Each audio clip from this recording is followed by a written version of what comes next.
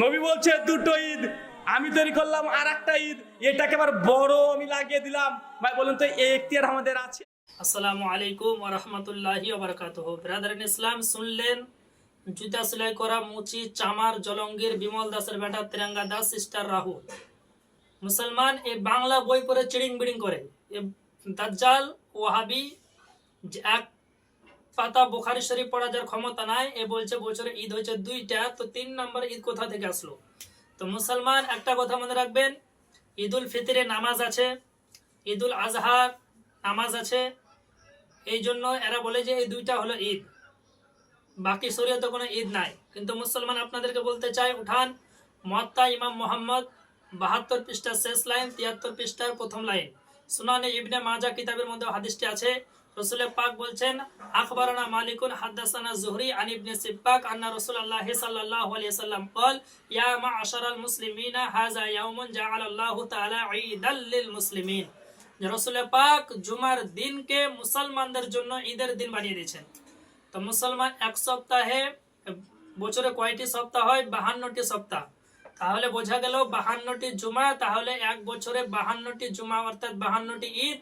আর ঈদুল ফিতর ঈদুল আজহা 52 আর 2 54টা, আর ই বলছে দুইটা ঈদ, তো 54টা ঈদ। তো হাদিস থেকে তো পাওয়া গেল, তো তুই কোথায় পেলি দুইটা ঈদ আধলাখানা? তো মুসলমান আপনাদেরকে বলতে চাই, এ বলছে দুইটা ঈদ, এর কারণ কি জানেন? মানে ঈদুল ফিতর যখন আসে তখন ওয়াহাবি মৌলবীগুলো ফিতরা পায়, আর ঈদুল আজহা যখন আসে তো ওয়াহাবি মৌলবীগুলো চামড়া পায়। আর জুমার দিনকে নবী পাক ঈদের দিন বলেছেন, বেঈমান ওয়াহাবি ইহুদি খ্রিস্টানের পাঁচাটা কুত্তাগুলো ফিতরাও পায় না, চামড়াও পায় না, তাই এই দিনটাকে ভুলে গেছে। তা মুসলমান আপনাদেরকে বলতে চাই, এদের কাছ থেকে ঈমান বাঁচাবেন। এরা আরেকটা লজিক দেয় মানুষকে, যে ঈদুল ফিতর ঈদুল আজহায় নামাজ আছে, তো ঈদ মিলাদুন নবী যারা বানিয়েছে তাদের নামাজ কই? তার উত্তরে আমি বলবো যে, উঠান কোরআন শরীফ সূরাতুল মাইদার 114 নম্বর আয়াত। হযরত ঈসা আলাইহিস সালাম দোয়া করেছেন, আল্লাহ রব্বানা আনজিল আলাইনা মাইদাতাম মিনাস সামাই তাকুনু লানা ঈদান।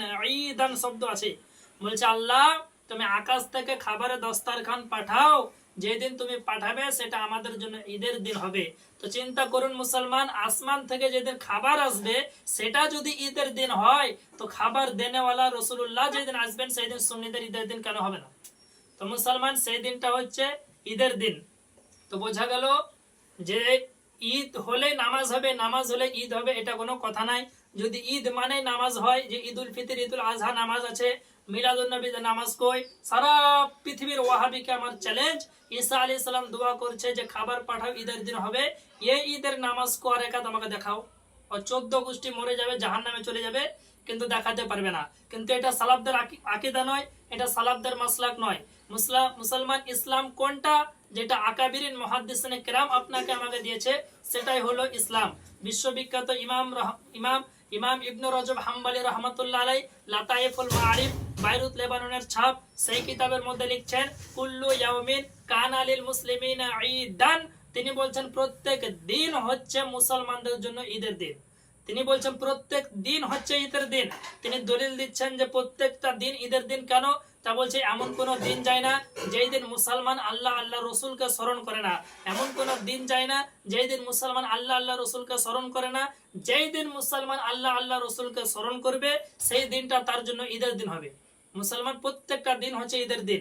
শুধু তাই নয়, ইমাম শারে বুখারী ইমাম কাস্তালানী রহমতুল্লাহ আলাই মাওয়াহিবুল্লাহ দুনিয়া শরীফের মধ্যে লিখছেন, তাদের প্রতি আল্লাহর রহমত, তাদের প্রতি আল্লাহর বরকত, যারা নবীর মিলাদুন নবীকে ঈদ হিসাবে পালন করবে। তো বলতে চাই মুসলমান আপনাদেরকে, যে 2 ঈদ ছাড়া শরীয়তে কোনো ঈদ নাই, যারা এরকম কথা বলে আল্লাহর কসম খেয়ে বলি ওদের চাইতে বড় জাহিল পৃথিবীতে কেউ নাই। আবু জাহেল বলছে, ইবলিস শয়তান বলছে, আল্লাহ আমি এখন আরাম করছি, ওয়াহাবিরা যখন আমার কাজ করে দিচ্ছে তখন আমার আর কি দরকার আছে? তো মুসলমান এদের কাছ থেকে ঈমান বাঁচবেন। এদের ইখতিলাফ দেখে টেনশন করবেন না, কিয়ামতের সকাল পর্যন্ত ভাববেন না যে আরে এত ইখতিলাফ করছে, আমাদের কাছে দলিল আছে না? নাই, এত দলিল আছে আলহামদুলিল্লাহ, পুরো পৃথিবীর ওয়াহাবিকে কবর দেওয়া হবে। মুসলমান ভয়ের কোনো কারণ নাই, কারণ খাজা মঈনুদ্দিন চিশতি পৃথ্বীরাজ বাদশাকে দেখে ভয় করেনি। হযরত ইব্রাহিম আলাইহিস সালাম নমরুদকে দেখে ভয় করেনি, হযরত মুসা আলাইহিস সালাম ফেরাউনকে দেখে ভয় করেনি। তাই মুসলমান 100 বছর পূর্বে আলা হযরত 72টা জাহান্নামী ফিরকাকে ভয় করেনি। আজ কিয়ামত পর্যন্ত সুন্নি জামাত কোনো 72 জাহান্নামী ফিরকাকে ভয় করার কোনো কারণ নাই। যে কোনো মুহূর্তে দলিল আদিল্লা নিয়ে আপনাদের সম্মুখে আমরা উপস্থিত হতে প্রস্তুত আছি। মুসলমান, এদের কাছ থেকে ঈমান বাঁচাবেন, এরা মানুষের ঈমান ও আমলকে নিয়ে খেলছে।